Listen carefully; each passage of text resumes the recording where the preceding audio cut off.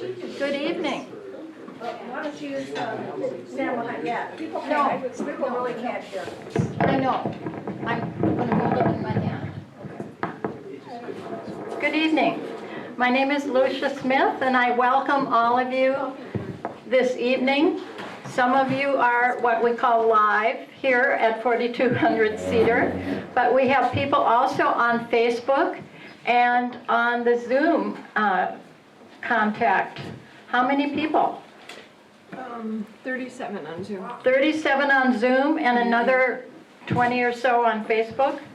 Something like that. Not quite yet.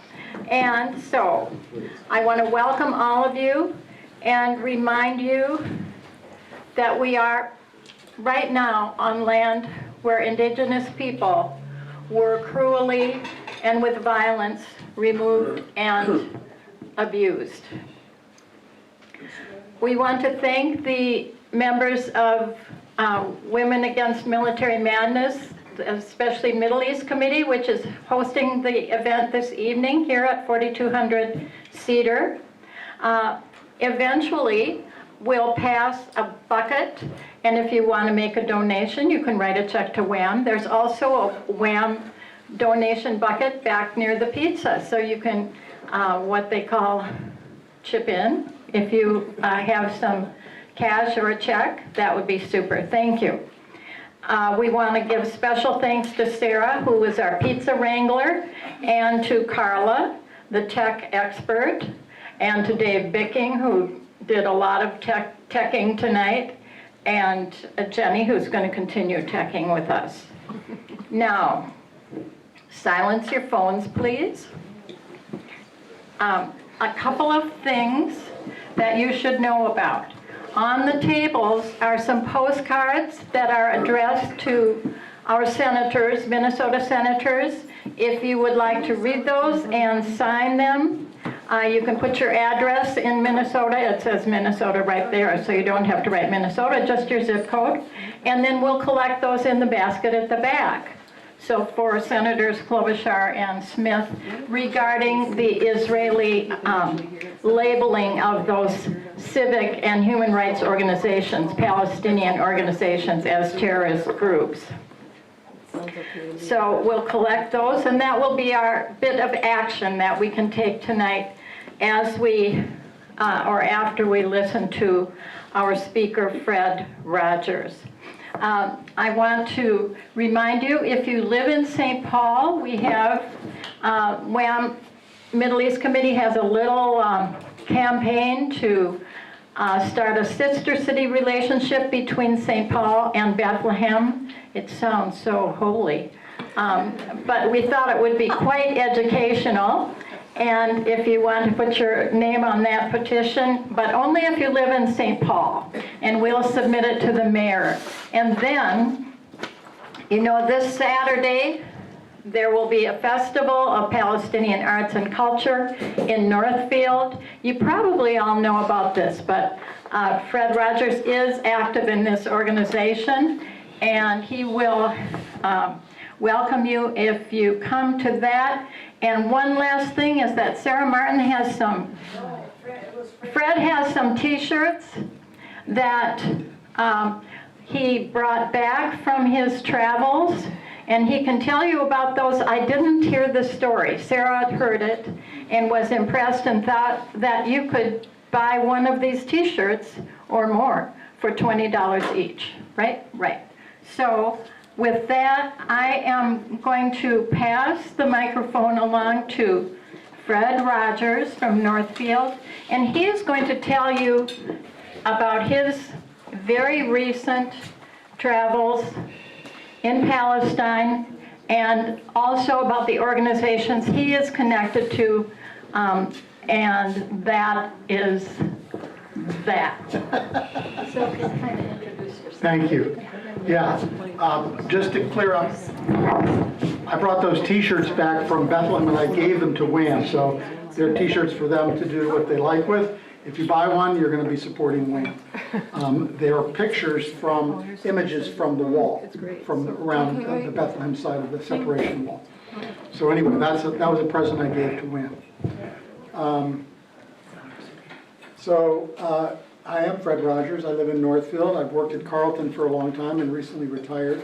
I've also spent a lot of time in the Middle East, lived in Beirut for 3 years, have traveled back and forth for a number of years. For about 25 years, I was a trustee of a Lebanese American university in Beirut and went to board meetings and various things. And more recently, about 5 years ago, I became a board member of ANIRA, which I'm going to talk about more tonight, and another organization called LEO. And so I'll talk about both of those organizations. But this trip I went on was because I was a board member of those organizations, and I went with a group of people from ANIRA to see the work that they're doing, which is what I'm mostly going to show you tonight. As we start, I want to just remind you of, I have to figure out how this works.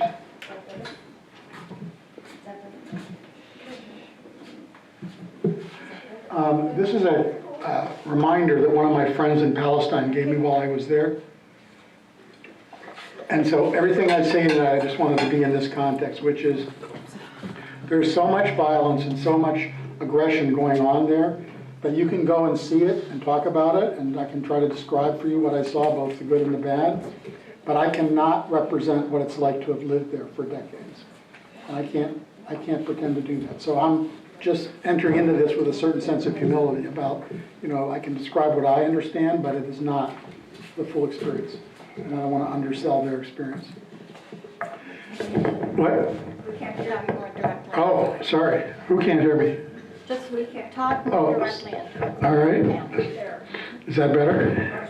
Oh, okay, good. So these are the topics I'm going to cover today. I'm going to talk about the purpose of the trip, which I mentioned a little bit. I'm going to talk a little bit about these two organizations. And I'm going to show you a number of things that they're doing. One of my goals is to try to illustrate and hopefully make real the humanity and personality of the various Palestinian people I met, when I met a lot of people. So I'll try to do that. We're going to discuss the current situation a little bit, and I'll talk about some of the things that happened literally while I was in the country and some other things that are happening now this weekend, and suggest some next steps. Lucia suggested some already. And then I'm going to thank you for your attention and be happy to try to answer questions. So that's what we're going to do today, hopefully in about 45 minutes. As I said, I was traveling as a member of the board of ANIRA and also a LEO board member, but really ANIRA sponsored this trip. We went to Lebanon, Jordan, and Israel, Palestine. So we went to those 3 different countries, and I was there a total of 3 weeks. The main purpose that I described was to not only see these projects, but also to offer support and encouragement to the staff and people who are doing them. Because there's a lot of people who do this work, who live there, and honestly, it gets frustrating sometimes. It's very hard to get stuff done. And ANIRA gets a lot done, but I wanted to try to do that, and I think we were able to do that. And then to be able to come back and do what I'm doing tonight, to talk with you and to communicate what they're doing. If you don't know about ANIRA, ANIRA is one of the long-standing organizations in the region. It's been there since 1968. In fact, I think I have another slide on that. As a board member, I was able to go and see things that probably wouldn't be able to see just for the average tourist. So we had a lot of introductions and places we got to go that were really encouraging and very interesting to see. And I'll show you a lot of pictures of that. The other group I went to see was this LEO.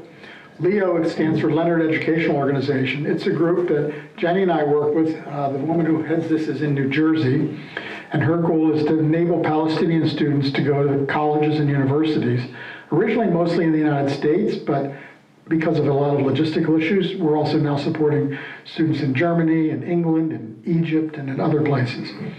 I count we've had about a dozen come through Minnesota, and we have several in Northfield right now. We've also had students at other colleges, McAllister, Augsburg, Concordia, St. Gustavus Adolphus, and Carleton and St. Olaf. But one of the most fun things was we had a freshman who came this year to start at St. Olaf that we got to meet at the airport the week before I went on my trip, and then I got 8 days later to go and visit her family in their home in Tripoli. And so that was a lot of fun for me and for them. And so we had a great time doing that. And I got to meet some other students on the trip as well from this program. So that was a lot of fun. It was great to see them. I'm not going to show pictures of them. There's a lot of issues about privacy in terms of these families that they'd rather not have public pictures. But let's just say it was a great piece of the trip, but it wasn't the main purpose of what I got to do. I ended up seeing, I think, about 10 students and about another 10 parents while I was there. So as I said, the main purpose of this was to go and visit with ANERA. Traveling as a board member, I traveled with 4 other ANERA staff who were also visiting, and 1 other board member. 3 of those staff were brand new, so it was their first time in the region and they had just been hired. So it was really interesting for all of us to sort of see what we were doing together. One of the things that I've always liked about ANERA is that most of the staff in the country are local. So there are almost no Americans working in Lebanon, Jordan, and Palestine. These are almost all Palestinians, but in Lebanon there's also quite a number of Lebanese. And so there are people really of the community who've grown up there, who know the communities they're dealing with. And I think it brings a different flavor kind of to the work that they do. Also, to warn you, I'm not reading the slides, so I'm not going to read the words on the slides. I'm assuming you can see that, and I'm just going to try to say a few things about them. ANERA's... Talk a little more slowly. More slowly. Okay, I'm nervous about 45 minutes, but I'll try to talk more slowly. Sorry. ANERA gets funding from a number of places. If you saw their budget's over $100 million. The largest part of that is donated medical supplies and medicine. When the Beirut blast happened and they got a huge extra influx of material, they actually did $100 million worth of medicine and medical supplies that year. This last year was about $77 million. But they are one of the largest importers of everything from insulin to blood collection kits to cancer drugs to a whole number of drugs and supplies that they're providing to clinics and hospitals, and I'll show you some examples of that. USAID has been their largest dollar funder. They had a $100 million grant they got in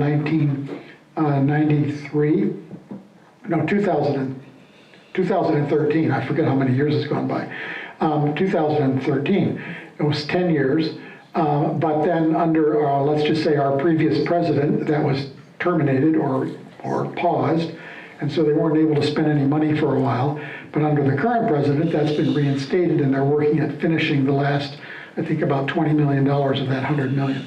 And it's enabled, over the whole course of time, a number of projects in infrastructure development, water, desalinization, buildings of schools, buildings of public roads, and other things. But because of that change, it also encouraged them to get other funding, and they've now broadened their funding. They get a lot of funding from UNRWA that you've probably heard of, UNICEF, the UNOCHA, U.S. Islamic Relief, the International Refugee USA, AmeriCares, and a large Muslim organization called the Zakat Foundation, which collects money from, I think it's Ramadan donations, and provides support around the world. So they're much broader now in their support, which is, I think, as a finance person, I would say fundamentally a good thing. So these are a few specific examples. I've talked about most of these. Medical donations last year they had from 21 organizations, including some from Canada and the European Union, as well as a number from the US.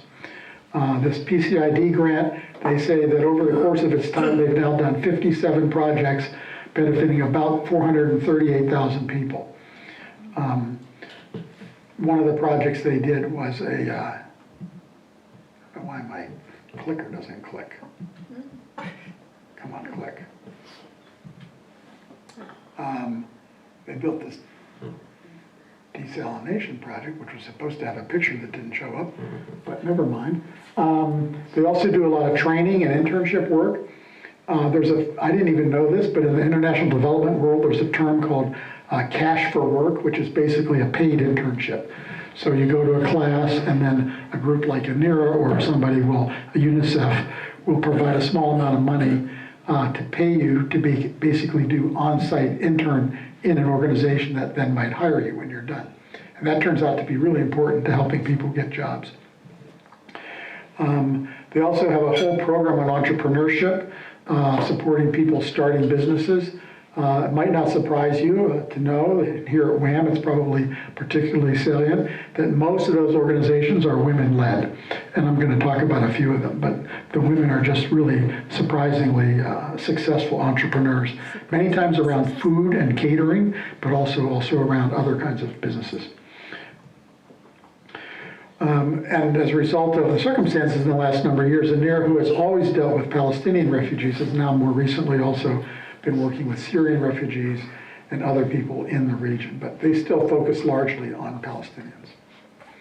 So to start looking at some projects, this is a group in Jordan called the Jordan Medical Aid for Palestinians. This woman in the center picture there on the left is the director.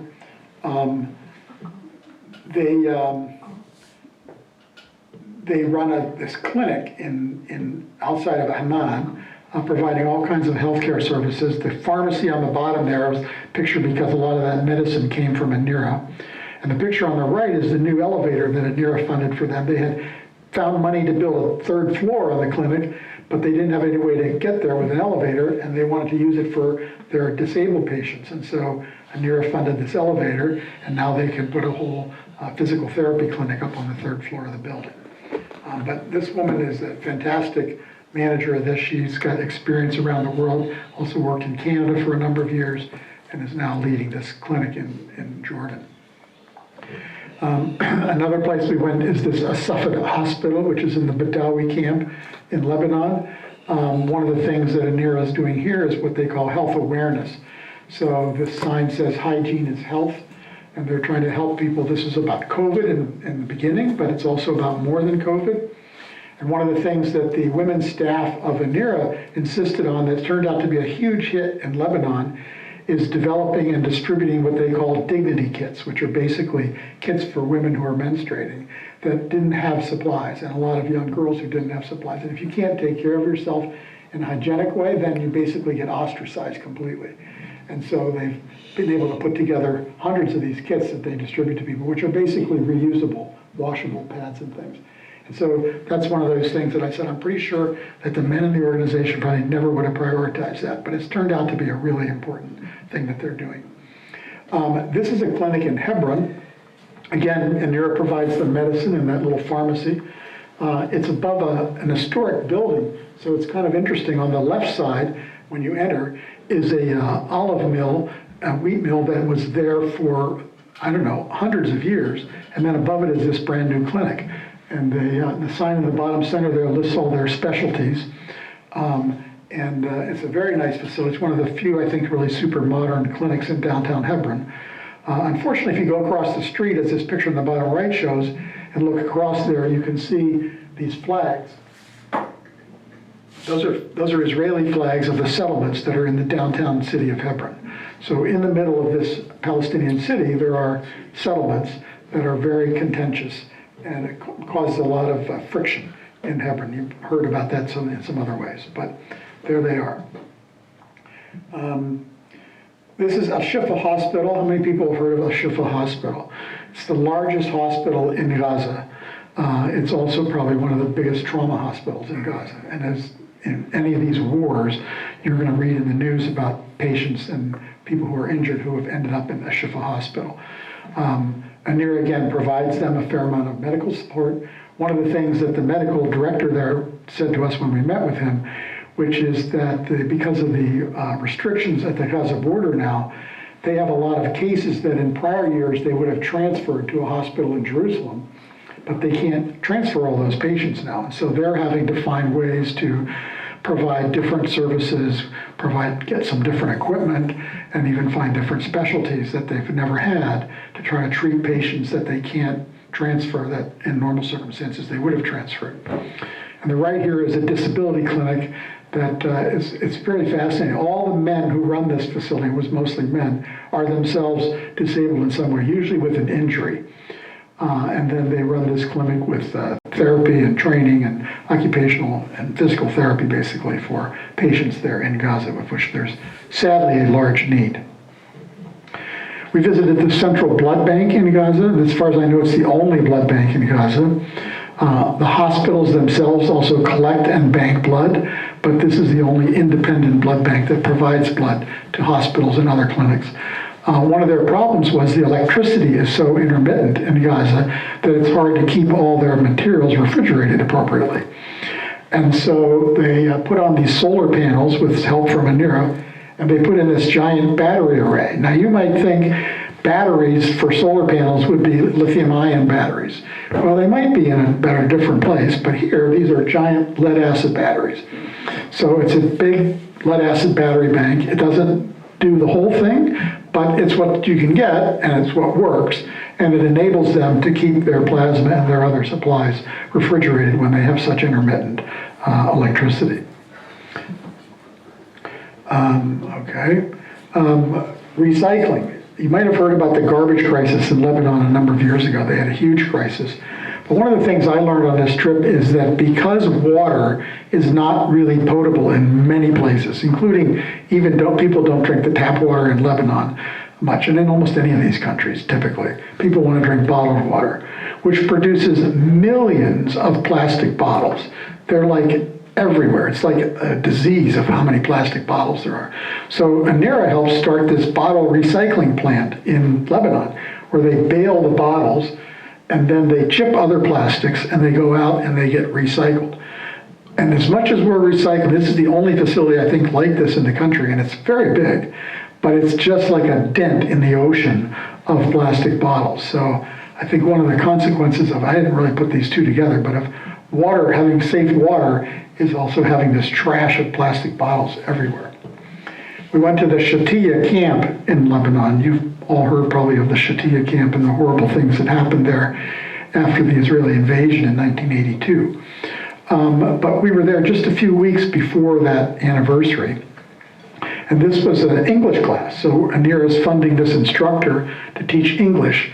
So people come here to try to learn English because it helps you to get a job and to do other things if you're trying to support yourself with an income. But I also just put here what's going on outside the English class is the market over there on the left. And then because of my own fascination on the right, there was actually an ice cream van with a little bell, and this guy was selling ice cream out of the door of his van. And these kids were walking away happily with their ice cream cones, which made me feel right at home because I'm a big fan of ice cream. So I thought that was cool. In Tripoli, we visited this dental clinic. The interns are students in a class that ANERA has funded to pay for them to go to the class to become dental assistants, basically. I didn't realize this, but in a number of countries apparently, but in Lebanon in particular, a dental hygienist cannot clean your teeth. You have to have a dentist clean your teeth. So the dental hygienist can only help the dentist. And this particular person in blue here is the dentist, and he's helping train these people to be his assistants. This woman in the pink bonnet here is his actual assistant, and this woman in the chair is one of the students. They sort of drew lots to see who got to be the patient. And she got the patient, and she has kind of, you can see, she's got kind of a wide-eyed look on her face, like, oh my goodness, what have I gotten myself into? Because they're all going to practice on me. But anyway, it was fascinating to see this dentist really helping these students learn how to get their sort of practicum, so to speak.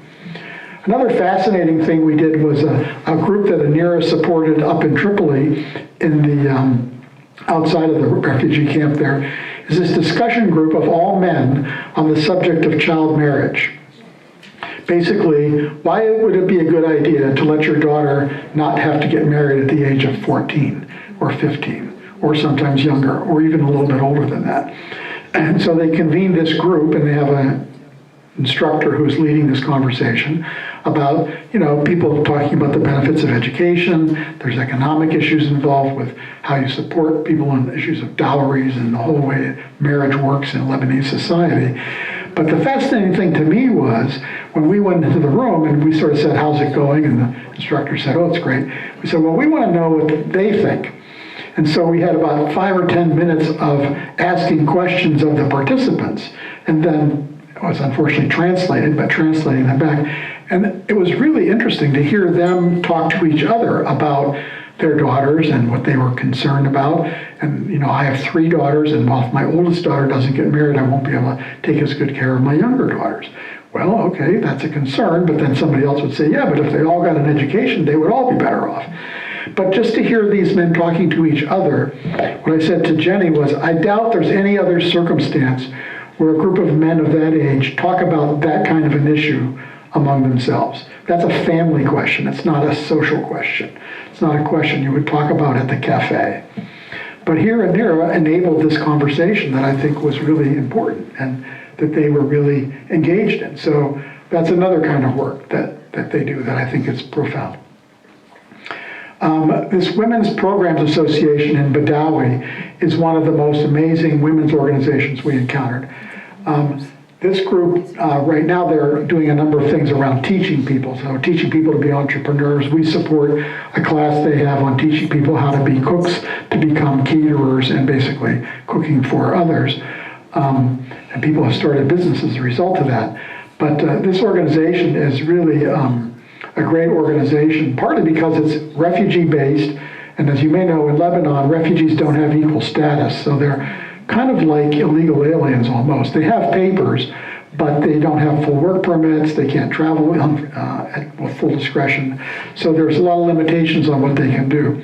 This group actually got so excited. They've been around since 1953, and they were licensed and now are on their own starting in 2008. They were started originally by UNRWA.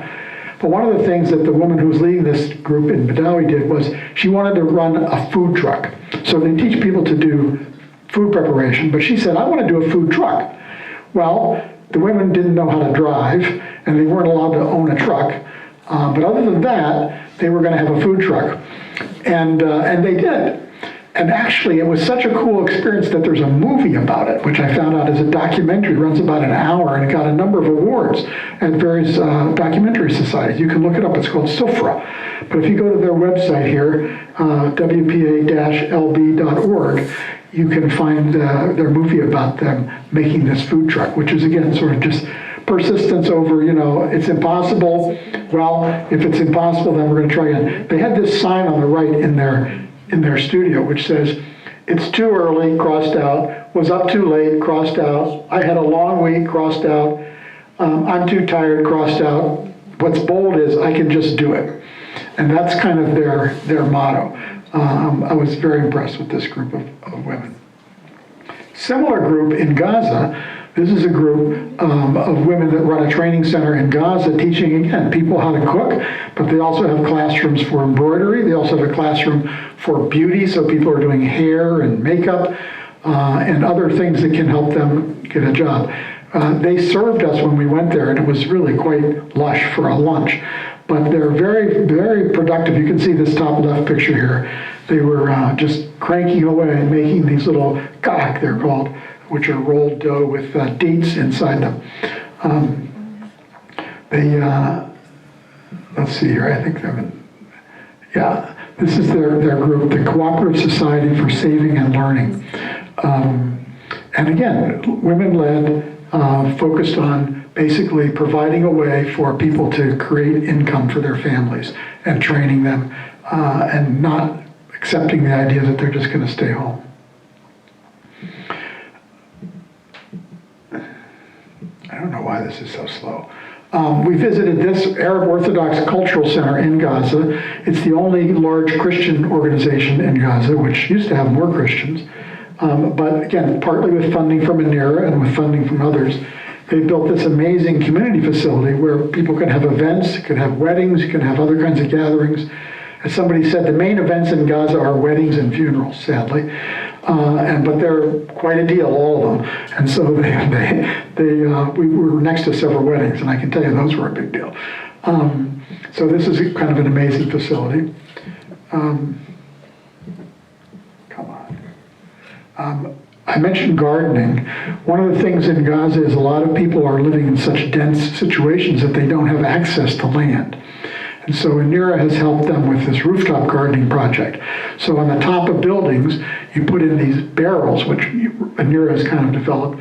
These are not just an average barrel with dirt in them. These are called hydroponic gardens. There's a filter layer in there. There's 2 layers of medium. There's little taps on the end where you can take the water out. They're very water efficient and use fertilizers very efficiently. So you can grow enough with a rooftop garden like this to not only support your family, but also to sell produce. And so people get an income. People were getting $1,000 or $2,000 a year of income from their gardening in addition to supporting themselves, which may not seem like a lot, but that's a lot to a family who doesn't have much. This particular family up here in the top right also had their little farm on the roof. So they had these 2 sheep, again, on the roof of their building. And when I thought, somebody said, well, a family is using this on the roof of a building, these are typically 3-4-story buildings. I thought, well, I wonder how that works, like which family gets to use the roof? Well, I didn't realize, I should have understood this, but in Palestinian society, it's almost always the case that the whole building is one family. They're cousins, aunts, uncles. They're not all the same nuclear family, but they're all probably related. And so they're all really basically supporting their collective family. That Gaza technique is now being taught in Lebanon. So this is an agronomist here in the center from Enira teaching people in Lebanon how to do this same thing there, because they want the same benefit of basically being able to raise crops for their family. There's a lot of food issues right now in Lebanon, great food insecurity because of the economic circumstances, and also being able to get some income from it. So she was teaching them how to plant and how to use this thing, and they were quite attentive. I was impressed. This was a large class, probably 15 or 20 different Lebanese and Palestinian people there learning how to do this in Lebanon. I love the fact also that technology that was developed in Gaza is now being exported to other countries. That rings a cool bell with me. This group of people, again in Lebanon, had waited. We were running late this day. They waited about 3 hours to meet with us because this water tower can't be used because they don't have enough electricity to pump water up to the tower. So the electricity is so bad in Lebanon right now that the tower runs out of water all the time. And so people don't have water, even though there is a water supply and there is a water tower. So what they were pitching Enira was, provide us solar panels. So if you gave us a big enough solar panel array, we could pump water all day long and we could get the tower full so that we could have water to provide water to people. So you wouldn't think necessarily that solar panels just to provide electricity was the obstacle to providing people safe water, but in this case it was. But I was impressed. They waited a long time. And these 2 guys in this picture on the left, I think, are the 2 perpetrators of this. They had this whole proposal there, and they were looking for who was the person to give it to. As a board member, I deferred, and they gave it to somebody who's actually in the fundraising team. So I said, give it to her. She's the grants person. But very impressive. This is a Rashadia camp outside of Tyre, where they actually have enough land and they're gardening outside. So they're gardening here with peppers, cucumbers, eggplants, tomatoes, a lot of vegetables that are used in traditional foods in the region. A whole other area that I want to talk about is schooling. So Enira does a huge amount of work in schools, typically kindergarten schools and elementary schools, but principally even kindergartens. One of the things we've done is training kindergarten teachers. So this was a kindergarten training class that was going on, teaching these women how to be teachers. And then you go to these schools, and there are all these various schools for kindergarten. I'm going to show you a couple in Lebanon and in the West Bank, and in Gaza. This was a school in Gaza that's called the Beaches School, which is it's near the beach in the center of Gaza, and about to be renovated. So it's an okay school, but it's scheduled to be renovated. Enira has renovated 230 kindergartens and built 16 from scratch. This is one that was built from scratch. This group, Nawa, is another amazing group led by this woman who's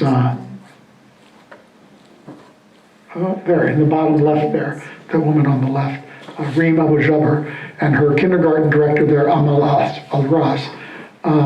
This building, which is 3 stories, has a kindergarten on the first level, has a training classroom on the second level so that parents and other people can come and take training. That room in the center there, they were set up for teaching computer skills this day, so how to use Microsoft projects, Office products, but other kinds of Google products, for example. And then the top floor is their administration and offices.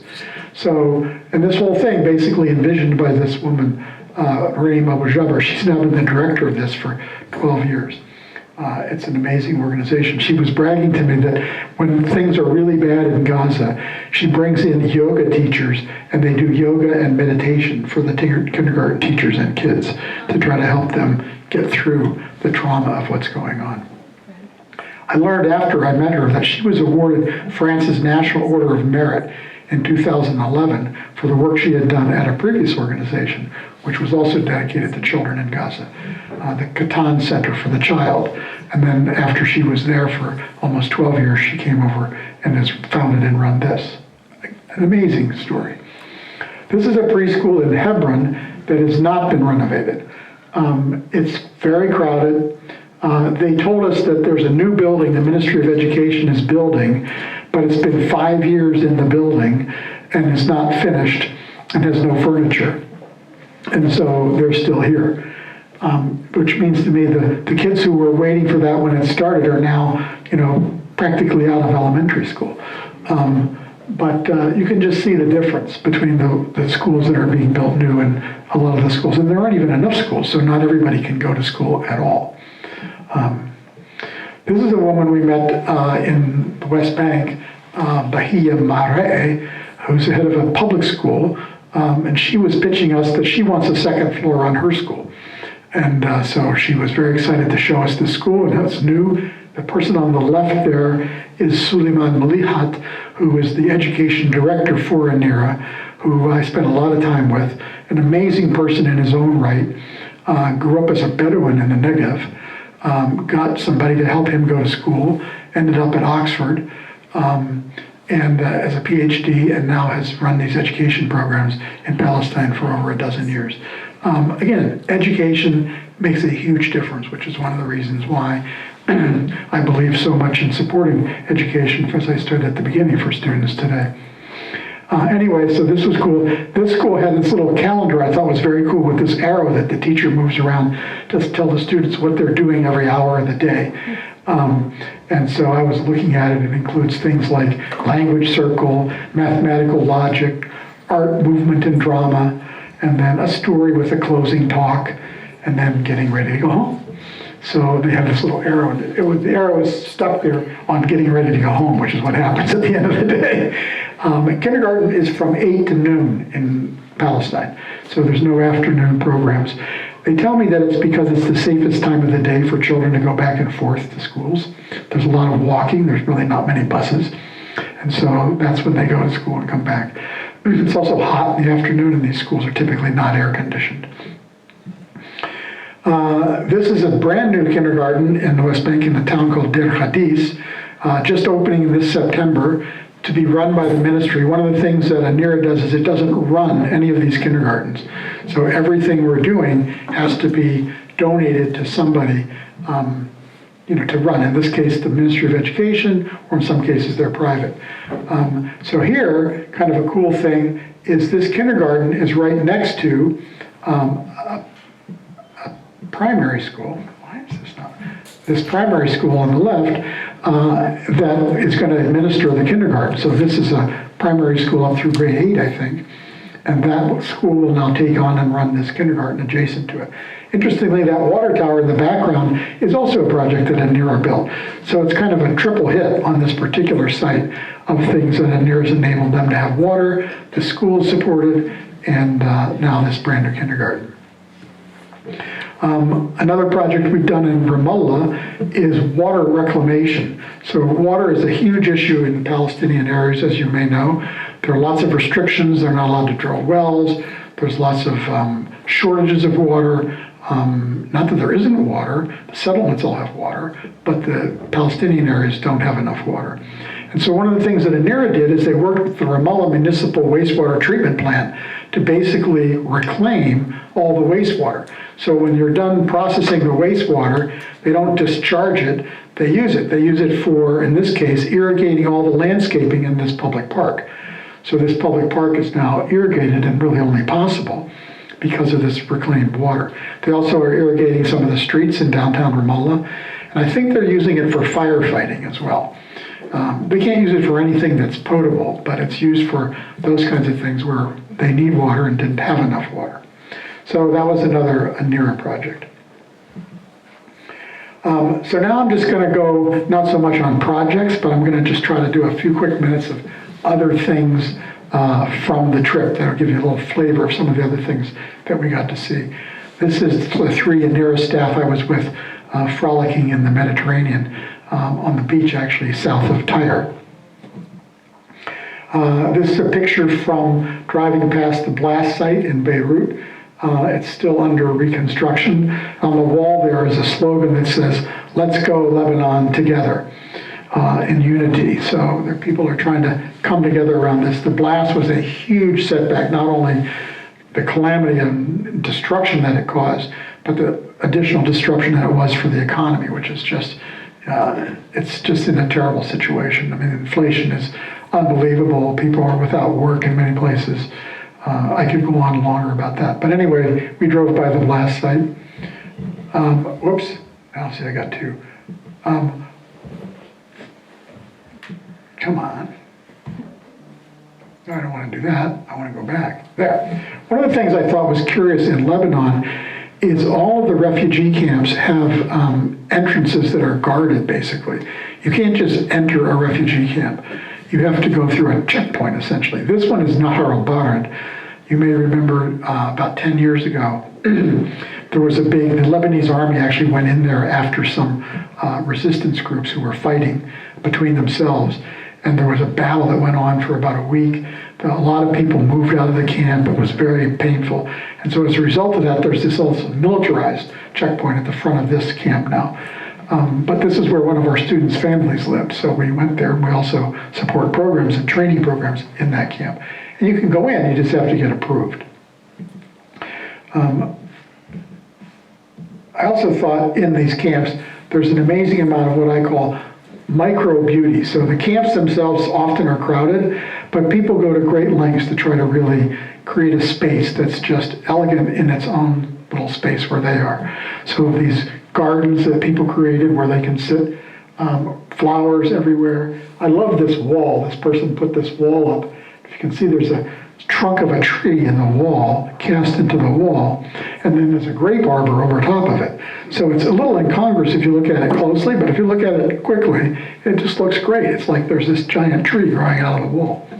I thought this was cute. Family of 7, everybody left their shoes at the door. And then all these houses have stone floors, stone marble floors, steps. It's like an aspiration. Everybody is going to have that. And even in some of the poorest buildings, people will save up until they can do that.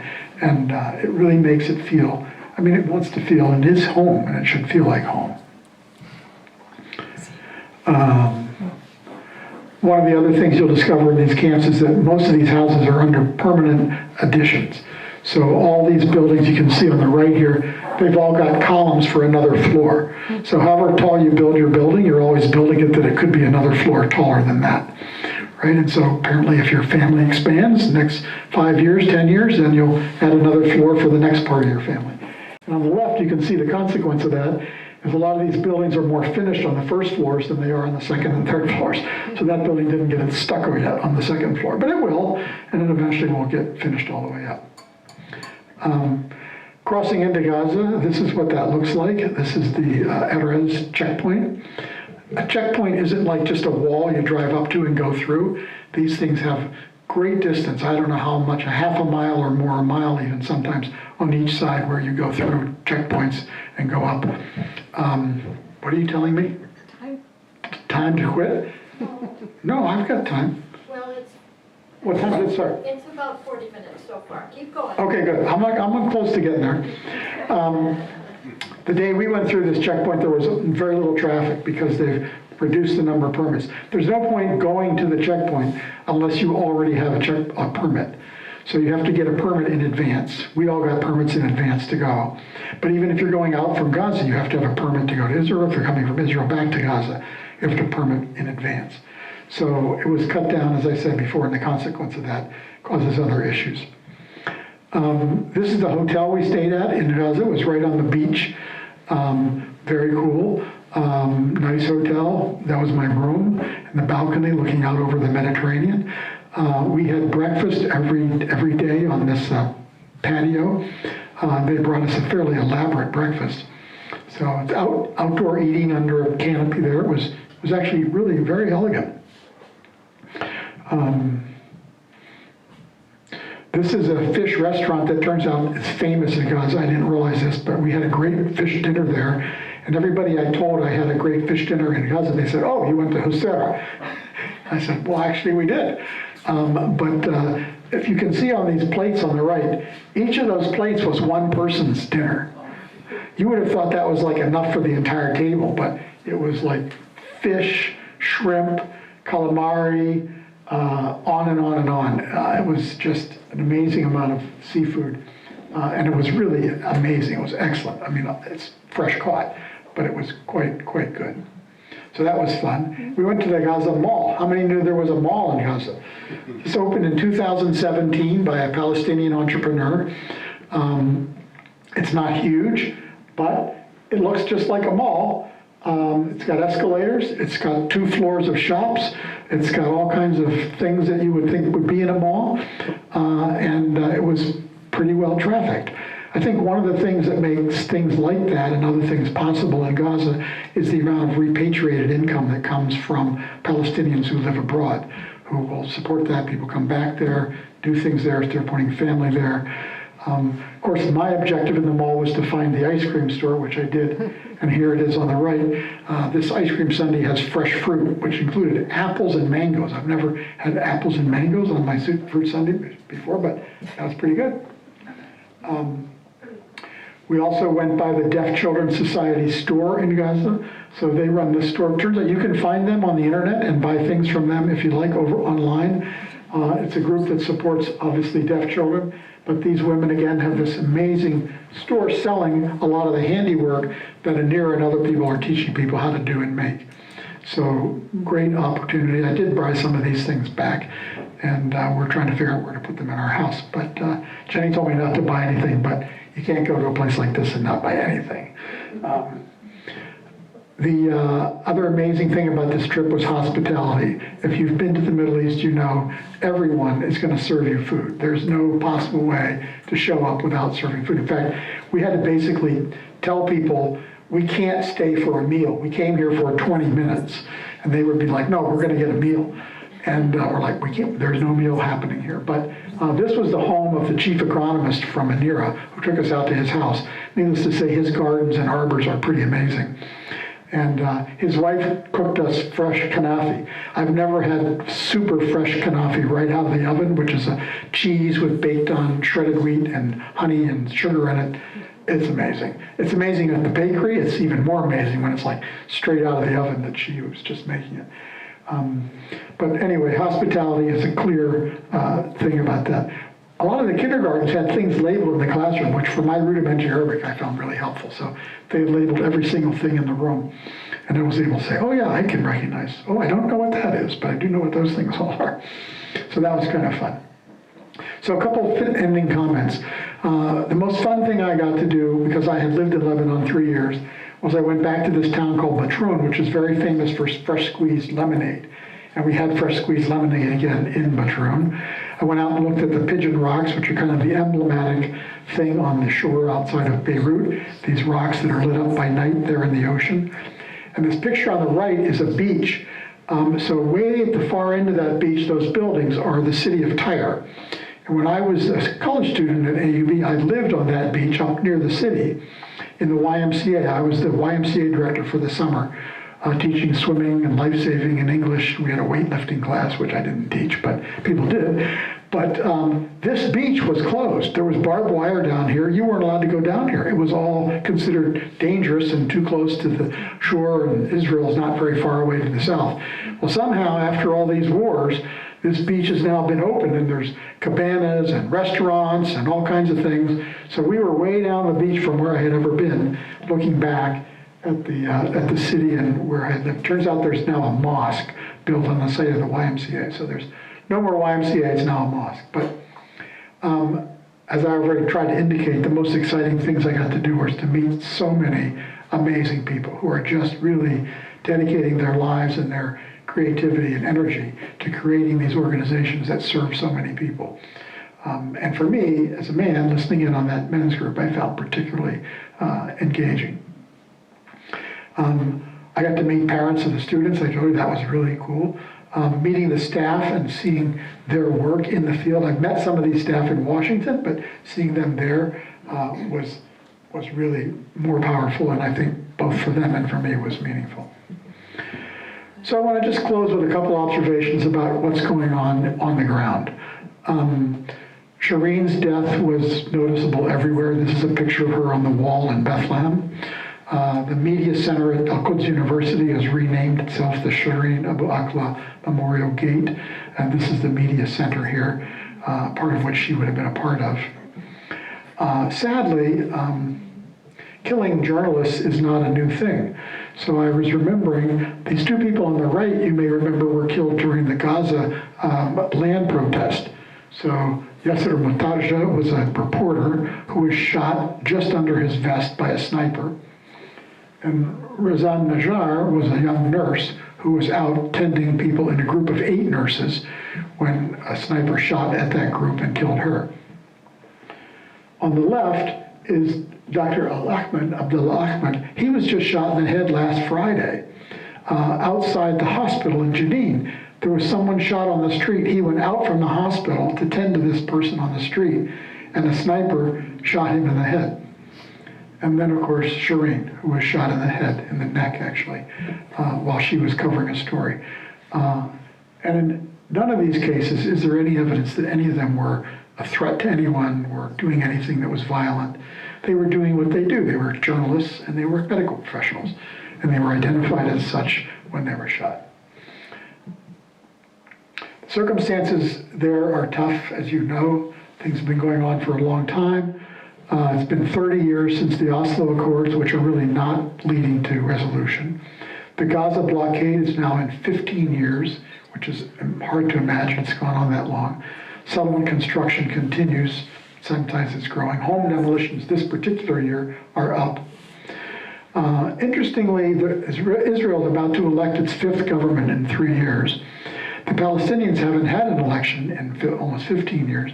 And I found whoever I talked to, nobody likes their government. Sort of sounds like here, actually, in a way. But nobody really likes their government. They're all just either changing it or grumping about it and not very happy about it. So there's not a good feeling that any of these governments represent them well. Unfortunately, the U.S. government is not helping. As you probably know, we retained the embassy in Jerusalem that Trump opened, but we have not reopened the consulate in Jerusalem, which was the only official mission to the Palestinian Authority. So that consulate was closed by Trump, and Biden had promised to open it when he came into office, but he has not. And I'm 90% sure it's our Israeli friends lobbying that is preventing that from happening.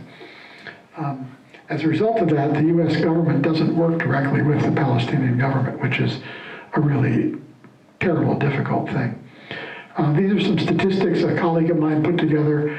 This was from July or August, so the numbers are greater now, but at that time, there were 131 Palestinians killed this year, 1,500 people displaced, 4,900 people arrested. Almost every day now, there is an incursion into one of the West Bank towns, Nablus, Hebron, Jenin, other cities, where the army comes in with personnel carriers. They're arresting 1 or 2 people. They usually get into a tangle with people. Rocks are thrown, sometimes Molotov cocktails are thrown. Increasingly now, bullets fly in both directions, and then other people get killed. Bystanders get killed, doctors get killed, journalists get killed, and I don't think it's all an accident. This violence is going to lead to more violence. There are many people predicting that the Israeli incursions, which are increasingly frequent and increasingly violent, are leading to a more violent response. There is some result of which is going to be either something like another intifada or some other kind of escalated confrontation. Nobody seems to know where it's going. The 2 weeks I was in, or 3 weeks I was on my trip, there were 11 Palestinians killed. including one in Beirut, which is right next to Ramallah where I was staying. There was one IDF soldier who was killed up in Jenin, where they engaged in firefighting with some of these resistance people. They killed several of the Palestinians, but they also killed one of the Israeli soldiers. So this kind of violence is not, it's not ending, it's increasing, unfortunately, right now. I have two little examples that I'm just gonna, that's interesting, show you. Not sure why the whole slide didn't show up. One is this fellow, Mohammed Halabi, who was working as the director of World Vision's program in Gaza. He was arrested in 2016 because he was accused of giving money from the World Vision to Hamas. He was imprisoned. He was imprisoned for 6 years, tried, and the week before I went, or while I was there, he was sentenced to 12 years in prison, even though the World Vision hired Deloitte to do a complete audit and a law firm to do a complete forensic analysis, and they found nothing whatsoever missing. All the money was accounted for. There was nothing ever discovered to be any issue. And World Vision has paid his legal expenses and backed him, but he was still convicted on the basis of a confession that he made after torture in prison, supposedly to another prisoner who turned out to be a paid informant.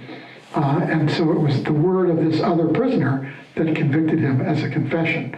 And he, of course, has denied all of this. So that was unfortunate. My slides are acting a little weird here. Where are we going? There we go. So that's his story. I'm just going to skip ahead here. The judge said that, well, he seemed like he was a knowledgeable person, and the confession that he had given seemed credible.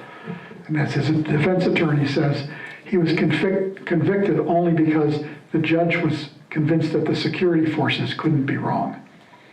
So that was basically the evidence that convicted him. Criminalizing human rights, as Lucia mentioned at the beginning, is an ongoing issue. These 6 organizations were targeted as terroristic. Just before I went, the Israelis went into their offices, stole their files and computers, and literally welded their steel doors shut outside and declared them all closed. None of those are terrible organizations. I put the dates on here so you can see they're also not new organizations. They've been around quite a while. Of course, the Defense of Children is part of an international group headquartered in Geneva. This is the Palestinian branch. But none of them have said they're going anywhere, so they're not out of business. They're just greatly inconvenienced. This was this other incident. This guy was out by his farm. A group of settlers came across the hill and started beating him and his son. They beat him with a pipe and broke his arm. He fought back. They beat him further and he broke his other arm. The settlers called the police, and when they got there, the settlers said, "This man attacked us." And so they arrested him. And he had, in his struggles, hit one of these settlers. And so he was arrested, taken to a hospital, an Israeli hospital, and then taken to imprisonment and interrogation because he had attacked a settler. These are the 2 headlines. The one in Mondawais, Israeli settlers attacked a Palestinian man, and the one in Haaretz, which cites only the Israeli army as its source, that says an Israeli was seriously injured in a brawl with Palestinians. Same incident, same exact incident. If we have time, I'm just going to show you this. This is what it's like.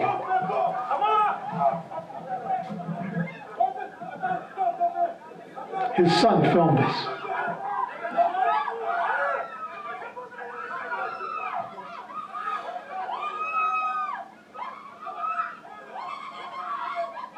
They're trying to get him in the ambulance, the Palestinian Red Crescent ambulance.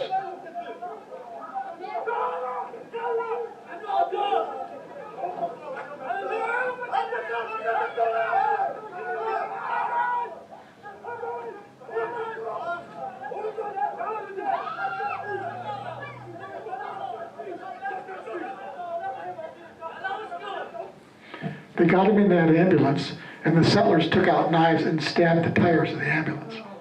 So now the ambulance couldn't go anywhere. So eventually he left in an Israeli ambulance and went and was imprisoned. It's just hard to understand. That's a picture of the ambulance. with a tires punctured, and him in the hospital with a guard. Okay, we're going to skip through that. So what I said is life can be surreal. I think one of the problems is not all Americans, but not most Israelis see the life that's going on in Palestine. I mean, if you'll read that headline that was in Haaretz, right? You'll say, oh, that poor Israeli, he was attacked. Most all the stories that I've seen in the press here start with an aggression by a Palestinian. The fact that there were 7 raids into the West Bank where people were killed are not reported. What's reported is if there was one where there was an aggression by a Palestinian, then that one's reported. So I said all the rest of that. These are some next steps, which we've talked about. Supporting these organizations, I think, is crucial. Education is crucial. Write your congressman. We have in Minnesota a terrific person advocating for Palestinians in Betty McCollum, and I hope people will support her work and find out what she's doing. And this point here, speak up. Just when people talk about this area, if you would just say, you know, essentially, those are human beings. They have families, they have children, they love their families, they are trying to have the same life any of us would have. I want to read, if you'll indulge me 1 second, a letter that the children of Gaza wrote in a report to Save the Children. This is their whole letter. I'm not going to read their whole letter, but this is what the children of Gaza wrote at the end of their letter. Above all, we want to live like children in other countries who can play in playgrounds instead of hiding from bombs. We want Gaza to be a safe and beautiful place where we can live in peace. We still have hope, but we want this war to be the last war. This is the children of Gaza basically asking us to help them. So go visit for yourself. Thank you very much.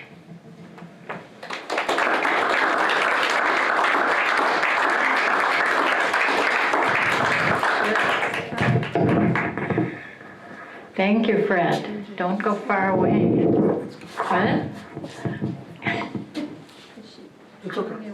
No, she's okay. Okay, she's okay. Okay, you know, we can, should we turn on lights? Do you know that, do you have questions? Those of you, thank you so much, Fred. It was, to my mind, an amazing combination of wonderful travel among hospitable people and also excellent awareness of what's going on in the area, in the region. So thank you. Does anyone here have questions? And are there questions in the chat? Jenny has some questions. One online. And how many people are on the Zoom call now? Approximately 50. Approximately 50 have been on the Zoom. This is Fred's wife, Jenny Hanley. Hartley with a T and an R. I worked on a USAID project in Egypt, but was disappointed about the program. It seemed to be a program to aid American businesses, not to develop Egypt. How is the funding that ANIRA gets from USAID kept separate from that purpose? And do you find that politics interfere with ANIRA's mission? Thanks. Well, as I said, ANIRA basically does local projects that are initiated by local actors. So I don't know how that USAID project in Africa, in Egypt was done or who it was done with, but the most important thing is the partners you're working with locally on the ground, right? So the need for and the program and the direction of these programs in ANIRA's work is largely defined by people there in country. And I don't think that's always the case with USAID projects. So USAID funds it, but there are many different ways in which those projects are carried out. Yes, politics interfere. Politics interferes through the Taylor Force Act, through the Anti-Terrorism Act, and other ways in which there are limits on who ANIRA can even work with or talk to.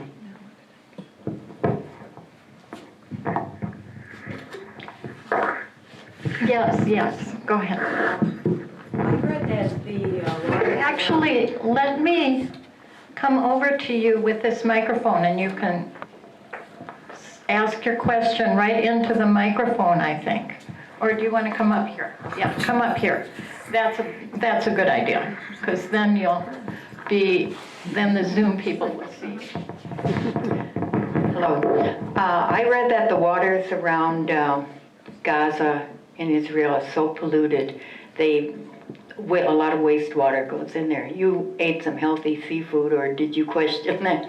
But is there any resolution for that? Are they able to clean it up? Because that's a livelihood for a lot of people, I would imagine. There are two issues there. One is the water is polluted. Unfortunately, one of the things that was bombed in the past was the sewage treatment plant in Gaza. And so I think part of that's been restored. I don't know the exact details, but I do know there's a lot of pollution in the water. The other issue, though, is how far the Gaza fishermen are allowed to go. So the Israeli Navy patrols offshore Gaza, and there are also offshore oil platforms now out there that you can actually see at night that are run by the Israelis. And I think the limit is 15 kilometers. So they can't really go very far out to sea. So I think it's far enough to get away from the pollution, but it may not be far enough to get all the fish they would like.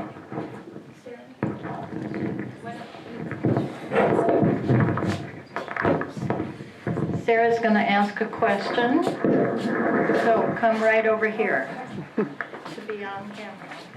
Okay. All right, two things.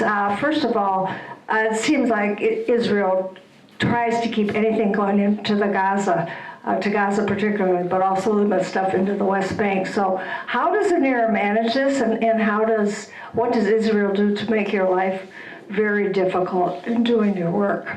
And of course, if it weren't for U.S. funding for all of this, it wouldn't be happening. And the Gazans and the people, all the Palestinians would have money to do their own schools. U.S. funding of Israel, you mean? Yes, what did I say? You just said U.S. funding, not of ANERA, but of Israel. U.S. funding of Israel. Yeah, that's right. Yeah. Well, as was implied there, U.S. is funding both parties here. ANERA works very diligently and very carefully with the Israelis to document and propose and get permits for everything that's imported. It takes a long time. Some of this playground equipment, as I understand, has taken 9 months to a year to get it into Gaza. But they have been able to do that. Because there was a long hiatus here from the last big war in Gaza, more things have been able to come in. So they've gotten cement in and some steel and other things have enabled some buildings and things. So they have been able to get things in. Medical supplies, as far as I know, are largely able to get in. But ANERA works with great care. I mean, this World Vision is a cautionary tale, right, of what can happen. And I don't know the whole story about why that person ever even became an issue. But it seemed clear at the end that they shouldn't have been an issue. But ANERA works very carefully to try to make sure that they're fully by the book, and it does take a long time, but they get things done. Yeah, do you have more questions online, or? Jenny Hartley has a question from someone. I have a couple of things to share from online. One was a comment that said, "Thank you for the great mix of joy and sorrow, hope and destruction." One question that said, "How can we get more accurate information into the media here in the U.S.?" which was answered by Michelle Rodriguez, who is an ANERA employee. And, I can't scroll down. There are a few media outlets that report accurate information from on the ground, including Al Jazeera, the New Humanitarian, Middle East Monitor, and ANERA also consistently releases situation updates about the issues in the region. But there's still another part to that question about how can we get that information into mainline media here, I think. Good. I think that's a great question. I've been really just fascinated watching. So if you watch the coverage of Ukraine and you watch the coverage of Palestine, you wouldn't think they're happening on the same planet. It's just hard to understand that. There's literally, like I said, there's daily incursions and violence going on in Palestine, almost never reported. It's like it's just completely not occurring. And then occasionally somebody, an Israeli, will be injured, or there'll be some incident, and that will be reported. So I think there needs to be some awareness of how that's, I don't know, maybe we can write letters to the media, ask the New York Times why they're not talking about it, ask the Star Tribune why they're not talking about it. The other interesting thing going on is this election that's going on in Israel right now. Some of the parties that are running and platforms that they're running on in Israel are so blatantly racist that they're an embarrassment to really discuss. And there was an editorial I read yesterday that basically said the New York Times is completely stonewalling any discovery or questioning or dialogue about the Israeli election, in part because to cover it, you would have to cover what's being said. And what's being said by some of these parties is horrible. And they don't want to cover that, so I don't know. But there's just a lot that needs to be covered. If anybody has an answer to that question, that's a great question. So connect with the media, the local and the Times. And Jenny has a question. One more from online. Where do you see the escalating conflict in the West Bank going? Is it designed by Israel to serve the goal of ethnic cleansing?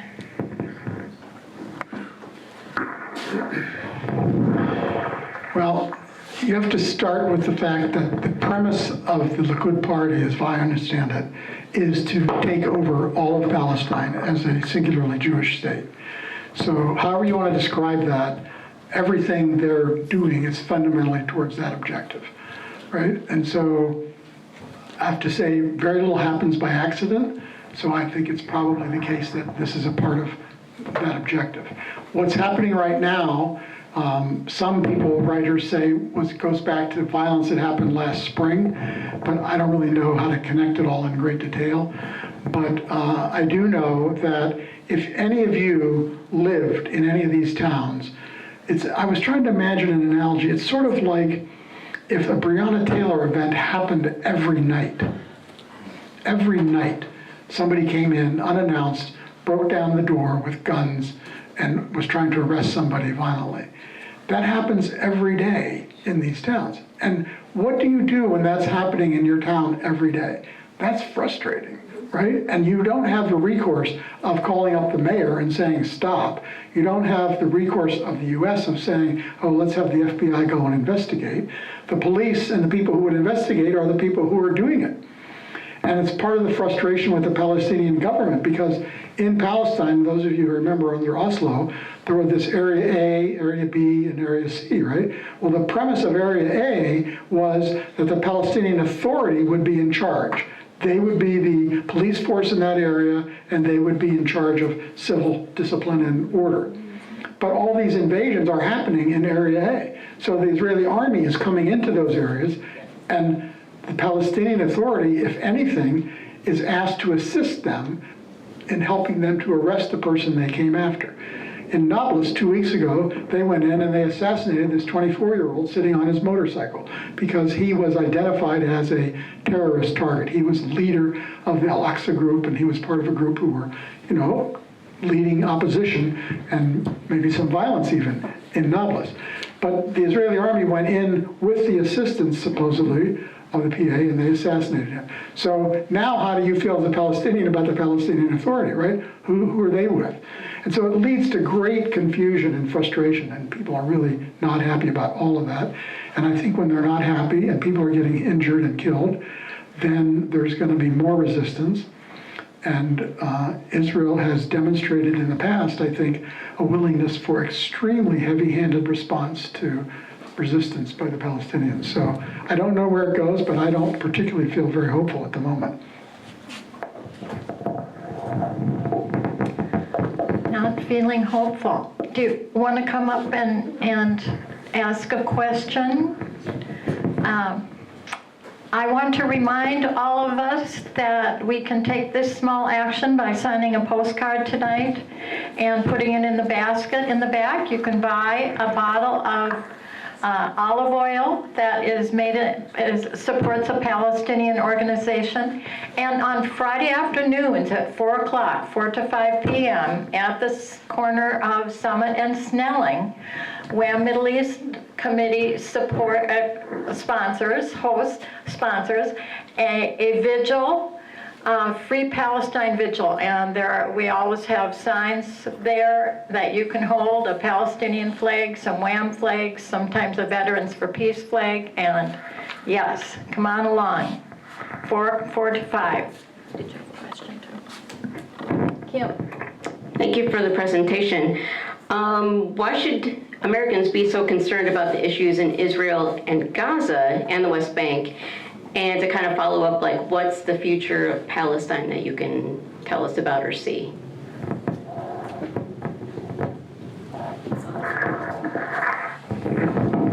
Why should Americans be concerned?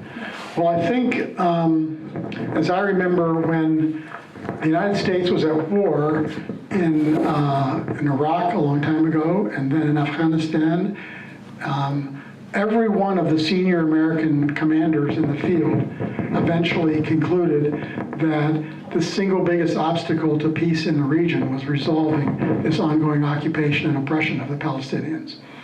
So it's a regional issue. It's not just an issue about this particular place. It affects the whole region. It affects the politics of the region.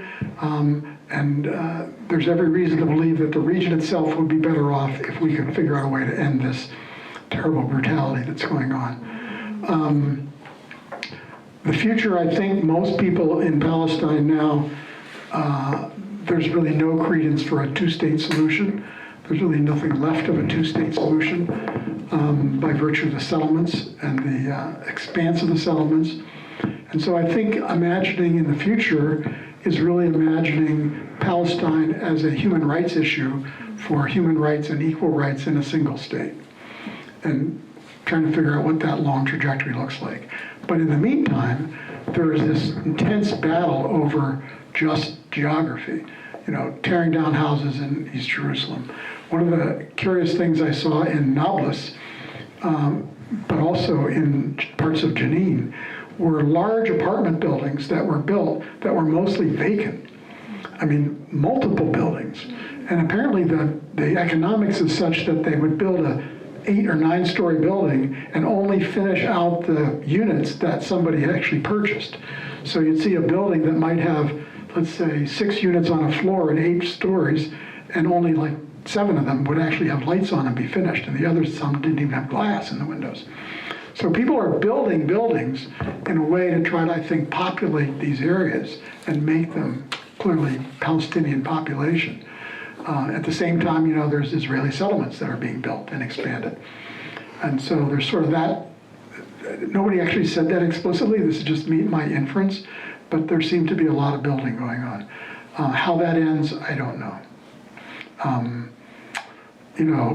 Palestinian society and even in Gaza, there is so much richness and so much humanity and humor and life in what people are doing. You sort of have the feeling if we could just take the boot off, it would be really glorious. If we could just stop the oppression and let people live a life. There's a great life to be lived. It's a great place to live.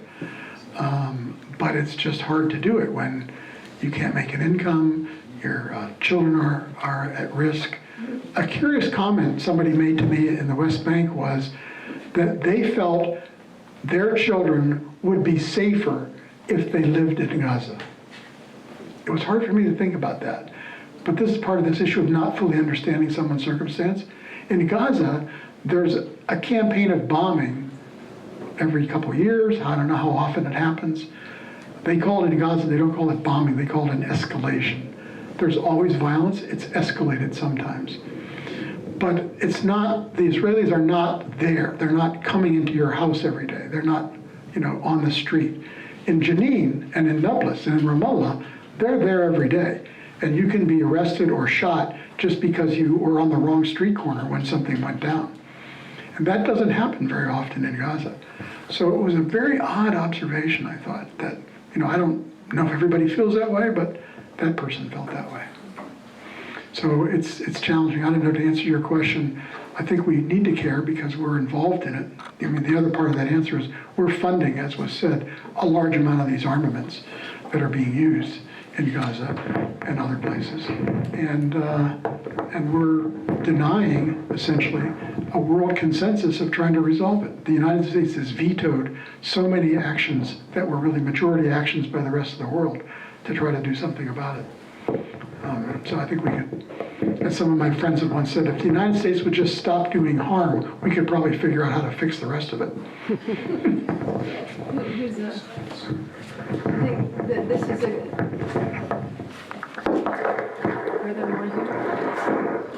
I think this is a good comment to end on.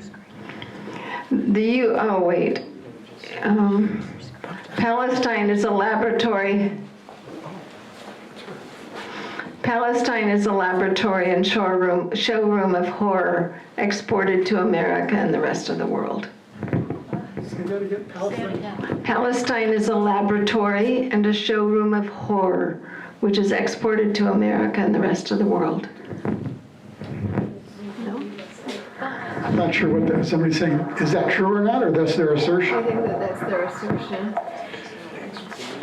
Well, I'm going to tell you, there are horrible things happening over there, but it is not a land of horror. It is a land of beauty. It's a land of humanity. It's a land full of life. And the people who live there want that and feel that. And we should respect that. The things that are happening to them are horrible. It is true that Israeli weapons manufacturers advertise weapon systems as field tested. That's true. Field tested. So, you know, that's what America's doing. The American weapons industry is having a heyday right now because they're selling practically everything they can make, and people are blowing it up and using it and telling them about how it worked. That's just the coolest thing if you make that stuff. So that's going on here as well in big scale, bigger scale than even there. But that's what happens with weapon manufacturers. They love it when people use their weapons in the field. This is a slide that I wanted to just remind you all of. I don't know if you can still see this on the Zoom, but this is about the festival next weekend in Northfield, which we invite you all to come down for. It's going to be great, celebrating the culture of Palestinian life. We're going to have a number of things for sale, some arts events and some food, a raffle for a beautiful watercolor painting, and this is the 15th anniversary of the Northfielders for Justice in Palestine group. So come down and join us for a celebration. And I want to thank them for helping co-sponsor today's event. Yes, and thank you all. Thank you all. Thank you, Fred.